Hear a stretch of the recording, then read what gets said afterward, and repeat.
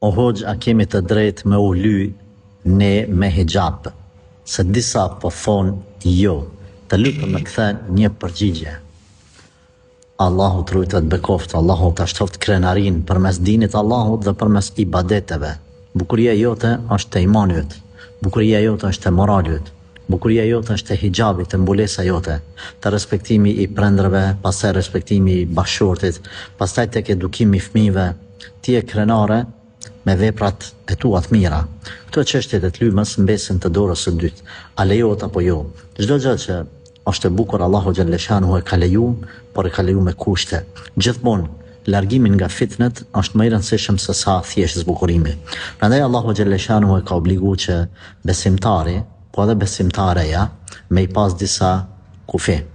Zoti ka thonë mos u afroni amoralitetit. Çdo gjë e cila çon në amoralitet është e ndaluar. Por nga ana tjetër ka thonë që femrat me umbulu e meshkujt me ul shikimet. Me ul shikimet. Në këtë rast ç'a themi? Po kthehem te pyetja jote direkt. Lejohet me u ly, domethënë gruaja muslimane, por me kushte që mos me dal para meshkujve të huaj, mos me pa meshkujt e huaj dhe me i bë fitne.